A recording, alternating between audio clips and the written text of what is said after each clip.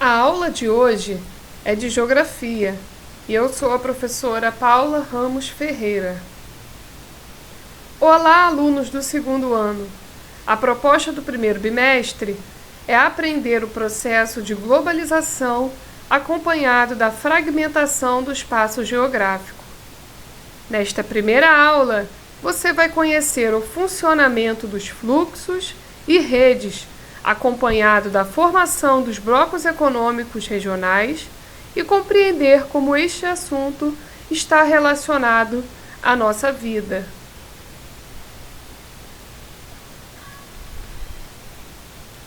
O objetivo da aula é compreender e analisar os fluxos e as redes em diferentes aspectos e escalas que estão envolvidas no processo de globalização.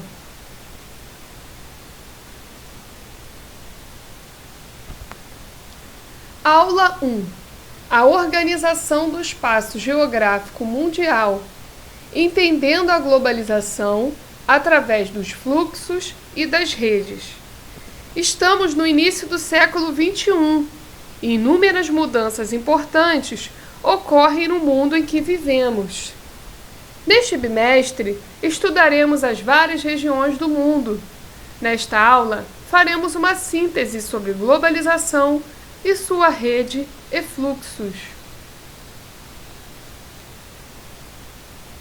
Em primeiro lugar, alguns processos são fundamentais para compreendermos o século XXI, a nova ordem mundial com a Revolução Industrial e globalização.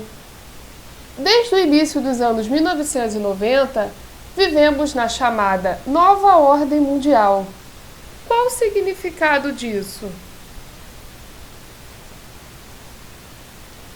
Uma ordem mundial é o equilíbrio de poder em um plano mundial, ou seja, teve que existir equilíbrio entre relações econômica, militar e político-diplomática mundiais.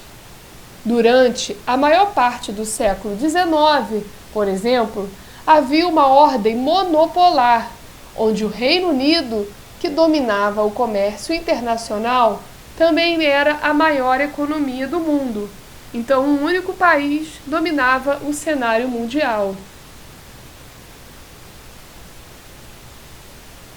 Outro exemplo foi a ordem mundial bipolar, durante a segunda metade do século XX, onde existiam duas superpotências econômica e militar mundial, que disputavam a hegemonia ou supremacia internacional, os Estados Unidos e a extinta União das Repúblicas Socialistas Soviéticas. A nova ordem mundial atual existe desde 1991 e é muito complexa. Do ponto de vista de poderio militar, ela pode ser considerada monopolar, ou seja, há apenas uma superpotência no nível planetário, os Estados Unidos.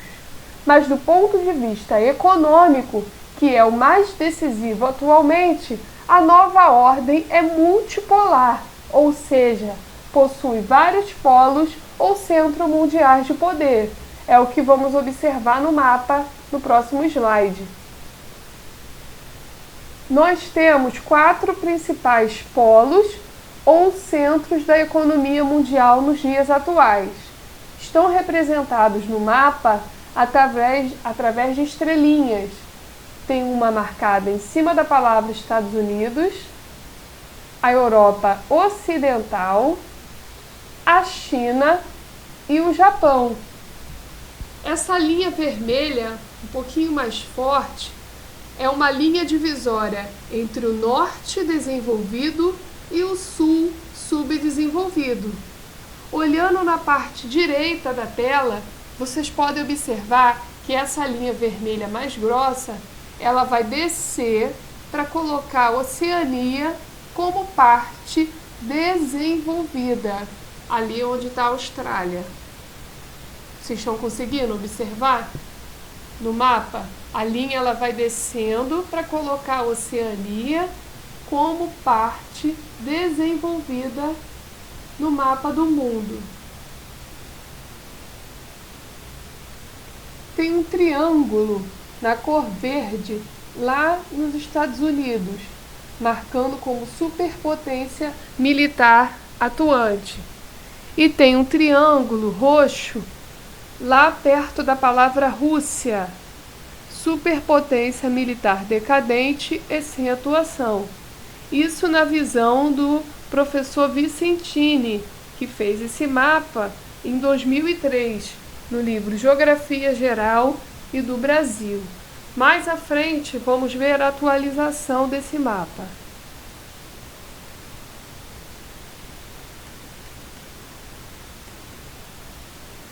O ponto mais importante na disputa dessa nova ordem multipolar do século XXI não será quem tem o melhor exército, e sim quem tem a economia mais moderna, o melhor padrão ou qualidade de vida para suas populações e a tecnologia mais avançada. Já pensou nisso? Para entendermos a nova ordem mundial, é necessário entendermos a Revolução Industrial desse período, também conhecida como Revolução Técnico-Científica. Mas antes vamos recordar a primeira e a segunda Revolução Industrial. Então, antes de estudar o que é a Revolução Técnico-Científica, vamos recordar o que foi a primeira Revolução Industrial e a segunda Revolução Industrial. A primeira Revolução Industrial foi a que se iniciou na segunda metade do século XVIII e prosseguiu até o fim do século XIX. Ela se originou no Reino Unido e depois se espalhou por outros países e regiões do globo. Seu principal símbolo foi a máquina a vapor e as indústrias mais importantes eram as têxteis, ou seja, a fabricação de tecidos. A segunda Revolução Industrial, que se estendeu do fim do século XIX até o fim do século XX, foi simbolizada pelo automóvel.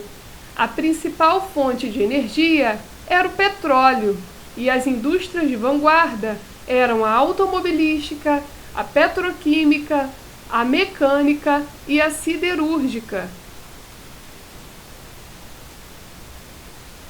A Revolução Industrial da nova ordem mundial é marcada pela substituição do petróleo por outras fontes de energia, hidrogênio, energia solar, de origem biotecnológica e outras, e por novos setores de vanguarda, a informática, a robótica, a biotecnologia, as telecomunicações, a microeletrônica e outras. O mais importante agora para o trabalhador não é a força muscular nem o trabalho técnico repetitivo.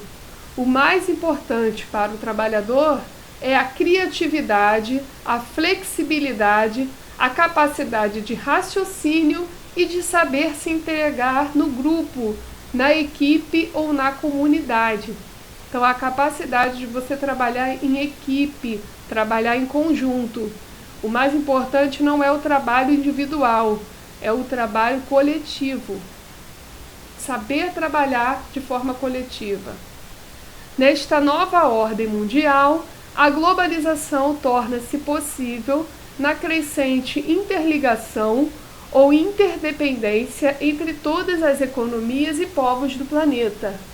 O mercado internacional se torna cada vez mais importante, superando os mercados nacionais. Então, o mais importante não é você vender somente para o seu país, é que você venda suas mercadorias a nível mundial, que você exporte suas mercadorias.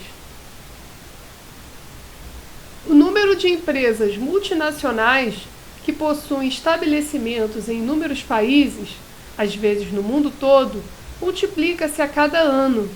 Daí a ideia de interligação mundial atual, gerada pela globalização econômica, pode ser reconhecida como rede e fluxo. O texto dessa aula vocês encontram lá no Google, sala de aula, e os exercícios. Até a próxima semana com a aula 2. Qualquer dúvida, vocês podem escrever aí nos comentários, que eu estarei respondendo. Até mais!